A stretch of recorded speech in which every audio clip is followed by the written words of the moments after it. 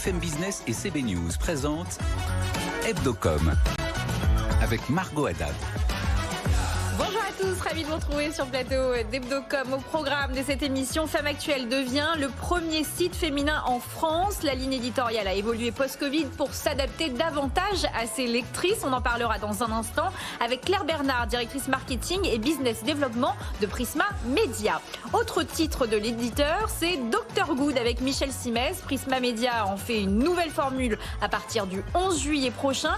On vous fera découvrir les nouveautés dans un instant. Voilà le programme. C'est parti.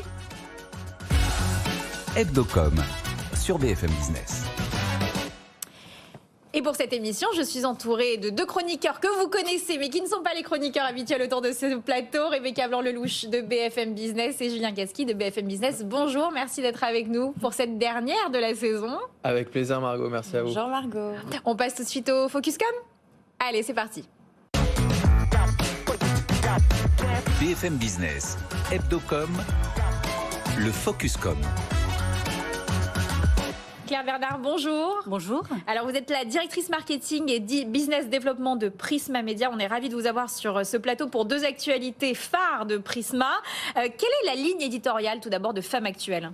Alors, Femme Actuelle, c'est la marque qui écoute les femmes depuis plus de 38 ans. Donc, c'est vrai que même si les besoins des femmes ont évidemment évolué depuis toutes ces années, on a toujours le même contrat de confiance avec les femmes.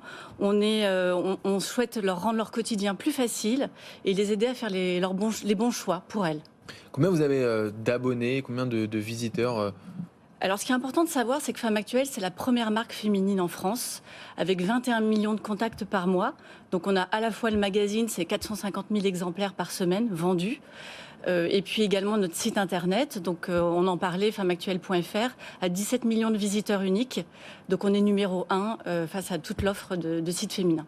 Alors vous avez plusieurs thématiques dans Femme Actuelle, société, nourriture, plat, comme on appelle ça, food. Laquelle marche le mieux ? Alors Femme Actuelle, c'est une marque généraliste, c'est vrai, vous l'avez noté, il y a plein de thématiques, que ce soit dans le magazine ou sur le site. Nos vrais rendez-vous, donc il y a évidemment l'actu, mais pas que, la santé, le bien-être, c'est des rendez-vous très importants pour les lectrices, que ce soit dans le magazine, mais aussi sur le site internet. Et puis la cuisine également. On a aussi évidemment des thématiques qui plaisent beaucoup, comme la mode et la beauté, puisque c'est une marque féminine, donc les femmes s'y intéressent.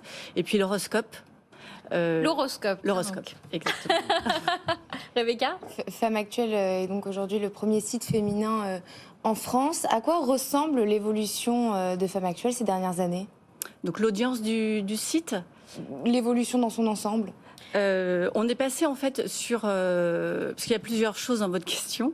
Donc c'est vrai que le trafic du site s'est fortement développé de manière vraiment très rapide ces dernières années, puisqu'on est passé de 10 à 17 millions de visiteurs uniques. À partir de 2019, on a vraiment vu une envolée avec une forte progression à la fois des attentes sur l'actu, donc tout ce qui est divertissement, mais aussi, j'en parlais, la santé et la cuisine, qui sont devenues des très très grosses rubriques dans le site. Alors, on innove, bien entendu, sur le digital, mais comment on innove sur le print ? Alors, la marque de fabrique de Prisma, c'est vrai que c'est être à la fois savoir produire des contenus de qualité et répondre aux attentes des lectrices. Donc, évidemment qu'on les écoute, on va les voir. Donc, on organise des études et puis on les observe aussi. On a forcément des indicateurs et quantitatifs avec les ventes des magazines, le trafic sur nos rubriques qui nous permettent de savoir ce qui les intéresse. Qui sont les lectrices de Femme Actuelle ? Qui sont ces femmes ? Alors, l'âge moyen de la lectrice Femme Actuelle, c'est 49 ans. Et on a la chance d'avoir un lectorat, que ce soit print ou digital, qui est très représentatif de la population française. Donc on a à la fois des lectrices qui vivent au fin fond de la France, dans les petites villes, mais aussi dans des grandes villes, et qui ont des centres d'intérêt variés, même si elles se regroupent, comme je le disais, sur certaines rubriques phares. Alors, vous le dites très bien, les attentes de vos lectrices ont évolué. Elles ont évolué dans quel sens ? En fait, c'est que les femmes ont elles-mêmes beaucoup évolué. Dans les années 80, quand le magazine a été lancé par Axel Gantz, évidemment que les femmes n'avaient pas les mêmes besoins. L'évolution des droits pour les femmes ont beaucoup bougé, et c'est vrai que à cette époque-là, l'idée c'était de leur donner les clés de la cité, de les informer sur leurs droits. Elles avaient besoin d'informations sur le droit et la santé, alors qu'aujourd'hui les femmes sont très informées, et en termes d'émancipation aussi, les choses ont beaucoup changé. Là aujourd'hui, ce qu'elles veulent, c'est pouvoir profiter de la vie, s'affranchir d'un certain nombre de dictats, parce que quoi qu'on en dise, on s'attend à ce que les femmes soient des épouses accomplies, des employés exemplaires, des mamans modèles, tout ça en rentrant dans un 38 et en se disant que la vie est facile. Je crois que c'était dans une interview avec Pascal Sauquet qui disait très, très justement, elles veulent lire Femme Actuelle sans le mari et sans les enfants. Elles veulent avoir leur moment tranquille. Exactement, c'est vrai que c'est une lecture assez cocon, Femme Actuelle, même si on peut le faire circuler dans la famille. Mais c'est vrai que c'est un magazine qui est devenu vraiment, pour elle, depuis 38 ans, un vrai rendez-vous, et on est là pour les accompagner. Comment on fait pour aller chercher plus de jeunes Alors c'est vrai qu'il y a des habitudes de consommation des médias qui ne sont pas les mêmes quand on a 30 ans ou quand on a 50 ans, puisque la presse magazine, c'est vrai, est un tout petit peu moins consommée quand même par les jeunes. Donc c'est pour ça, fortement développé notre offre numérique et notre présence sur les réseaux sociaux. Après, c'est vrai que comme on est une marque généraliste, on s'adresse aux femmes à tous leurs moments de vie. Donc en passant du désir d'enfant ou à la ménopause, si je prends des thématiques très proches des femmes. C'est quoi la tranche d'âge la plus jeune pour Femme Actuelle ? Comme je disais, en fait, on est assez représentatif de la population française, donc on n'a pas le même âge toutes les deux. Mais si on ouvre Femme Actuelle et on commence à le lire, on va peut-être pas s'intéresser avec autant d'intérêt aux mêmes articles, mais on trouvera quelque chose qui va nous intéresser toutes les deux. Alors j'aimerais parler d'un autre projet éditorial que vous avez lancé il y a peu de temps, c'est Bien dans ma vie, by Femme Actuelle. Ça en est où exactement ? Alors, merci de me poser la question, parce que c'est vrai qu'on est très fiers de ce nouveau magazine. Donc, c'est un nouveau mensuel qu'on a lancé le 5 mai. Le numéro 3 vient de paraître. Donc, les premiers résultats, parce que j'ai les ventes que des 2 premiers numéros, sont très encourageants. Le deuxième numéro nous montre qu'il y a un vrai bouche à oreille, puisqu'on a fait plus 50% en vente sur ce deuxième numéro. Sur ce deuxième numéro, oui, tout à fait. Donc on est vraiment très contents. Et peut-être pour répondre à une de vos questions tout à l'heure, la particularité sur ce lancement, c'est qu'on l'a co-construit avec des lectrices. C'est-à-dire qu'on est allé voir un groupe de lectrices à plusieurs reprises, et les mêmes. Et on leur a proposé un certain nombre de rubriques, et elles nous ont fait leur feedback pour arriver au final au magazine que vous avez pu découvrir. Rebecca ? Mais ça reste essentiellement senior. Alors, l'âge n'est plus notre critère, notre clé d'entrée. On s'est rendu compte justement en écoutant ces lectrices qui avaient 50 ans et plus qu'elles ne se positionnent pas évidemment en tant que seniors, et elles, ce qui les intéresse, c'est profiter de la vie, c'est beaucoup plus de légèreté.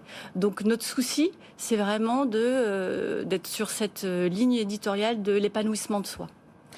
Oui, vous parlez du bouche à oreille, justement, pour faire connaître une publication. Est-ce qu'il y a d'autres moyens de faire connaître une nouvelle publication comme celle-ci ?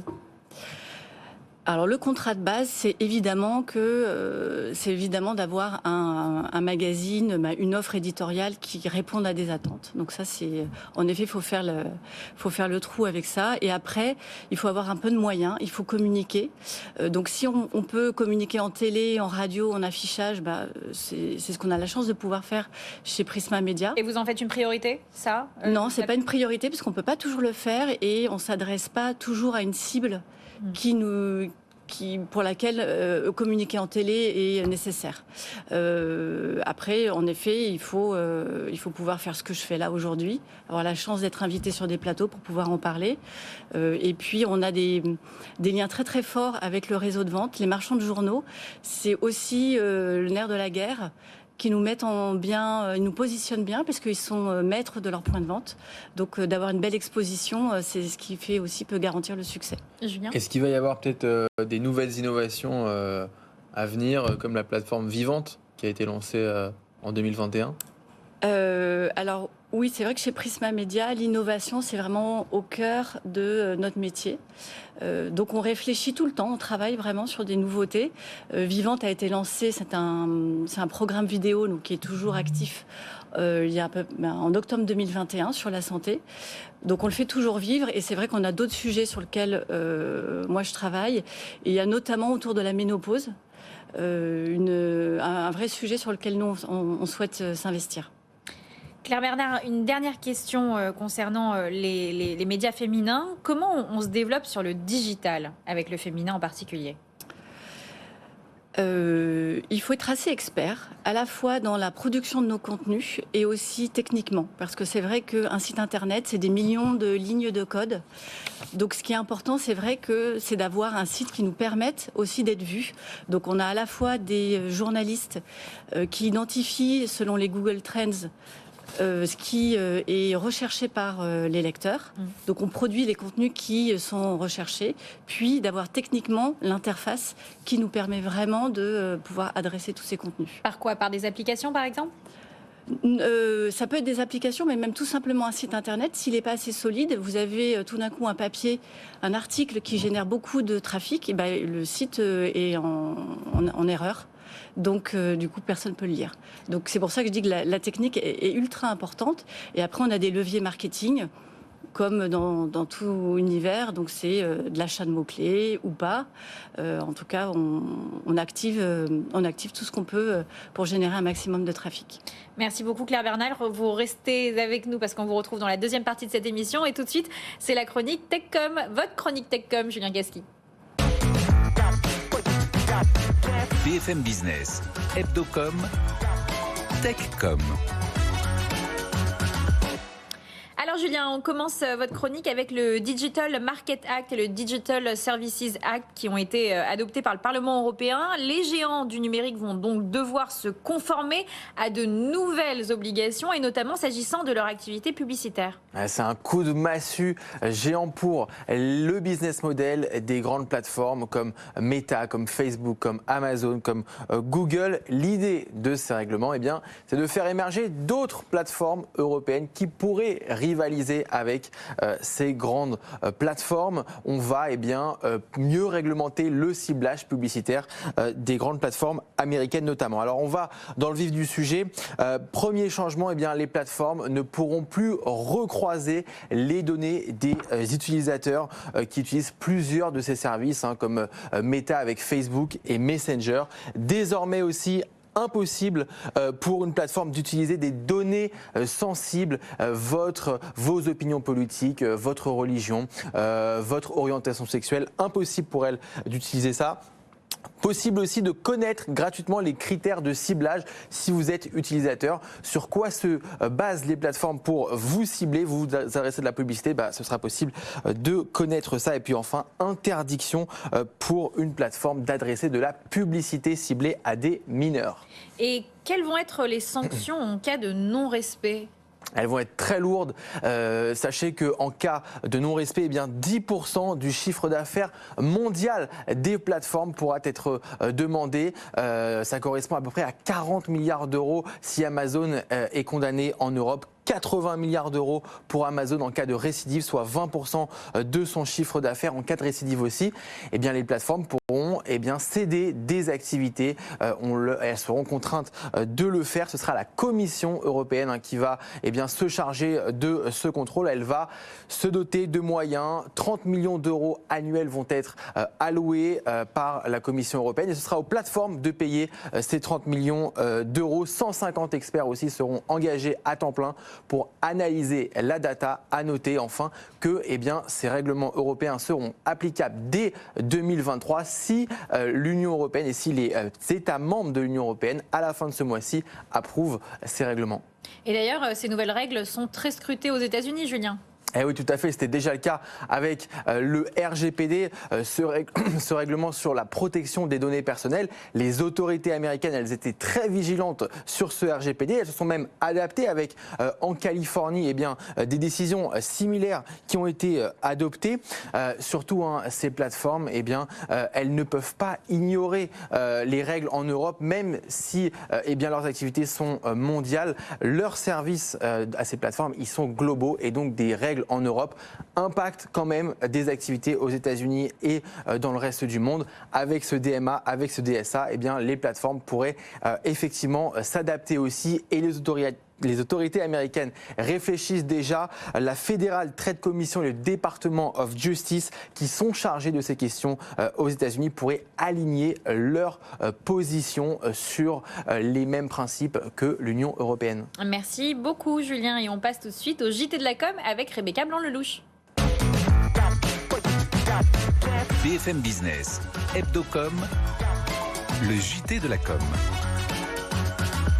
Et Rebecca, on commence tout de suite avec une nouvelle alliance dans la publicité digitale en France. Racontez-nous tout. Et elle s'appelle tout simplement l'Alliance Digitale. Ce sont les deux principales associations du secteur, IAB France, qui représente les acteurs de la publicité digitale, et MMA, qui fédère les acteurs du marketing sur mobile, qui s'unissent. Le but de ce rapprochement, devenir un poids plus lourd dans les discussions avec les pouvoirs publics. Cette nouvelle structure sera dirigée par Nicolas Rueil, vice-président de Criteo, et elle regroupera 250 membres, parmi lesquels TEDS, Brut ou encore Publicis Média, et aura pour budget 1 million d'euros. Les dossiers sur la table sont nombreux, avec en priorité le système de protection des données d'Apple, la valorisation des adtech ou la fin des cookies tiers sur Google.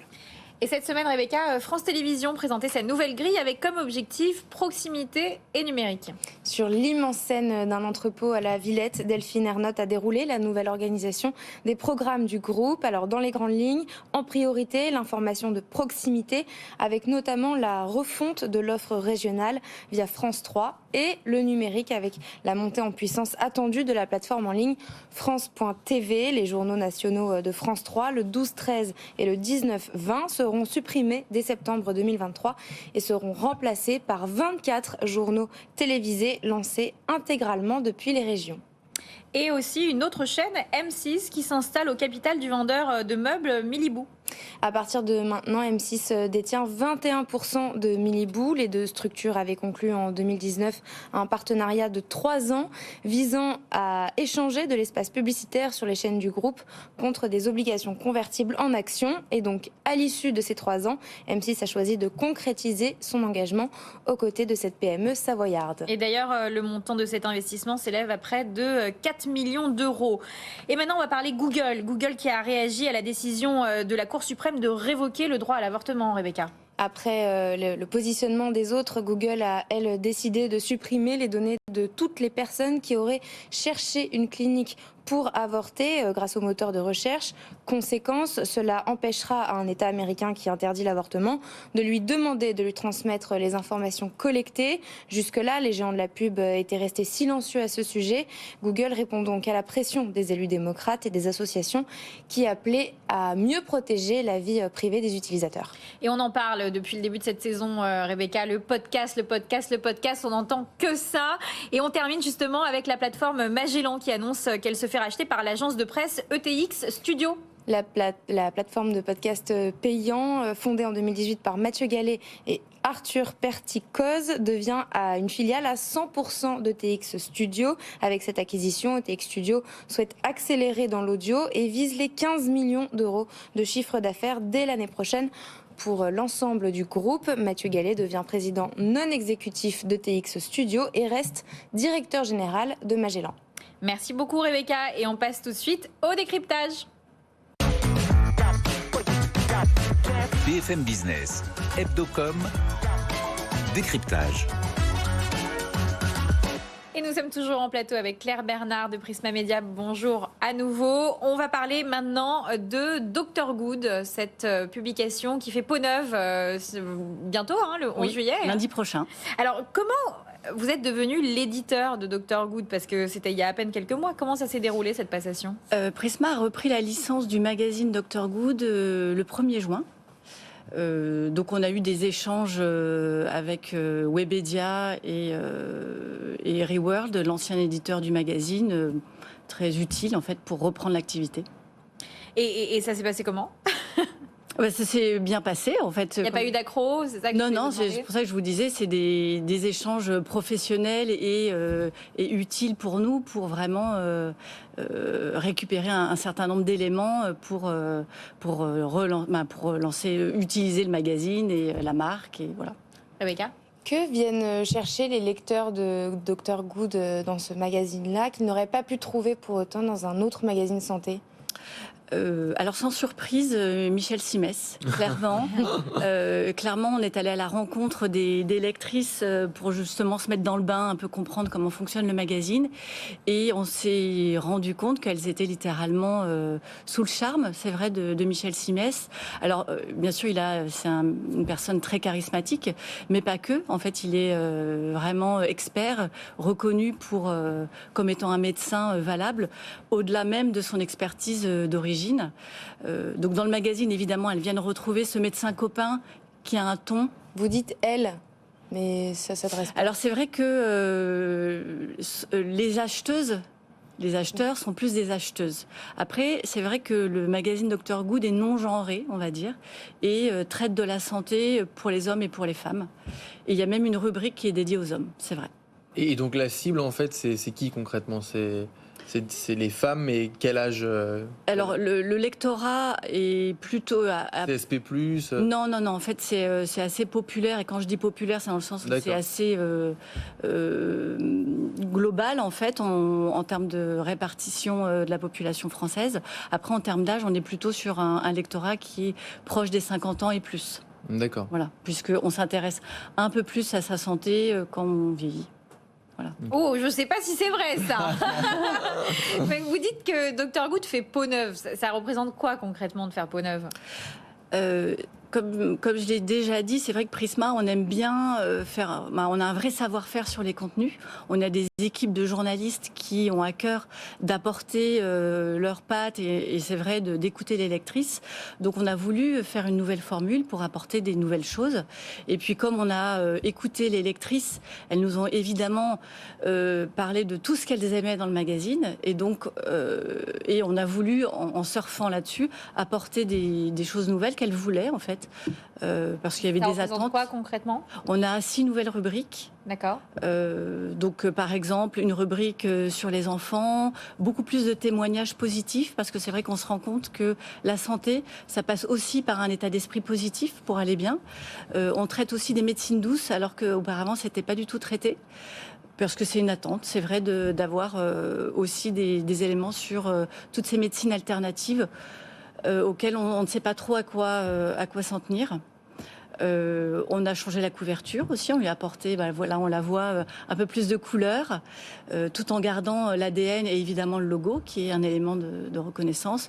Et puis la maquette aussi qu'on a twisté, apporté un peu de modernité. C'est la première nouvelle formule du magazine depuis qu'il a été lancé. Rebecca ? Quelle va être votre stratégie de communication pour ce nouveau lancement ? Alors même si le magazine se porte bien, c'est toujours important de faire savoir. Donc pour développer la notoriété sur Dr Good, on a mis en place une campagne télé, une campagne radio, de l'affichage, une campagne display aussi sur Internet, et puis en point de vente. Pour développer l'intention d'achat et vraiment l'envie de passer à l'acte, des PLV, des petits ballons, puisqu'on a fait un clin d'œil à la couverture de ce mois-ci qui est sur le souffle. Et pourquoi alors les Français s'intéressent autant à la santé ? Ça, c'est ma première question. Et peut-être deuxième question, c'est quoi vos objectifs ? Vous étiez c'était à 130 000, je crois. Il y avait 130 000 magazines qui sont vendus chaque mois, chaque numéro. Là, c'est quoi l'objectif ? D'accord. Donc pour répondre à votre première question, pourquoi la santé intéresse autant les Français ? Donc le Covid évidemment, puisque on s'est tous rendu compte que on était vulnérables, que les choses pouvaient s'arrêter vite. Vous avez vu une bascule à ce moment-là ? Ça a été un accélérateur. Il y avait quand même une tendance qui émergeait. sur le bien-être. Donc certaines personnes, mais là ça a été un vrai massificateur, hein, ce Covid. Et donc vraiment les gens se sont dit, 1, il faut profiter de la vie, 2, il faut que je prenne soin de moi. Je vois bien que les experts ne savent pas tout. Donc comment je peux moi aussi prendre en main ma santé? Donc les gens s'informent beaucoup plus. Et après sur nos objectifs de vente, c'est évidemment d'aller beaucoup plus haut que ce qu'on constate jusqu'à présent. Donc c'est de dépasser les 150 000 exemplaires. Alors, concrètement, qu'est-ce que fait Michel Simès dans le magazine? À part être l'égérie un peu, est-ce qu'il s'implique autrement? Oui, Michel est très impliqué. Donc, heureusement pour lui, on n'a pas besoin de lui au quotidien. Déjà, c'est un bimestriel, donc on ne le sollicite pas tous les jours. Mais il intervient pour valider le sommaire, pour échanger avec la rédaction, puisque évidemment, on a une rédaction, échanger sur les gros dossiers. Et puis, il valide la couverture. Et évidemment, il participe au shooting de la couverture. Sur certains sujets, il est sollicité de plus près, vu qu'il a ses propres rubriques.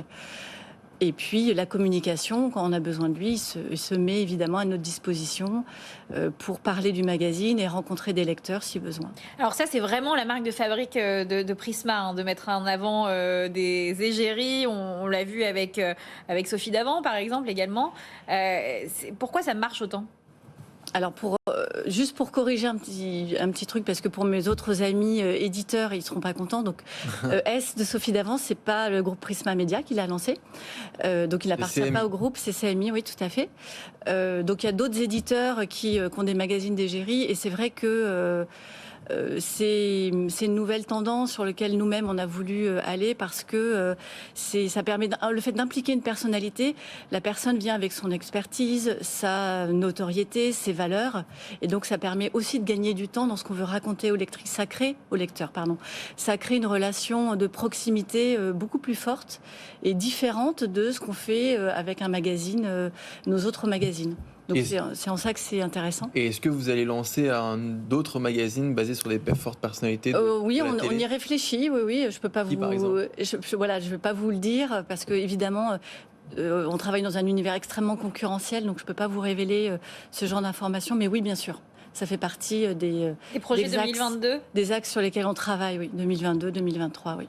Merci beaucoup Claire Bernard d'avoir été en plateau avec nous. Merci à mes deux chroniqueurs de choc qui m'ont suivi toute cette saison. Avec plaisir, Margot, c'était un plaisir. Rebecca et Julien, merci à vous. Margot. Voilà, on embrasse bien entendu Frédéric Roy et Eric Jaoui qui ne sont pas avec nous aujourd'hui. Mais voilà, c'était la dernière de cette saison. J'ai été ravie de vous accompagner tout ce temps et j'espère à très vite. BFM Business, Hebdocom, Techcom.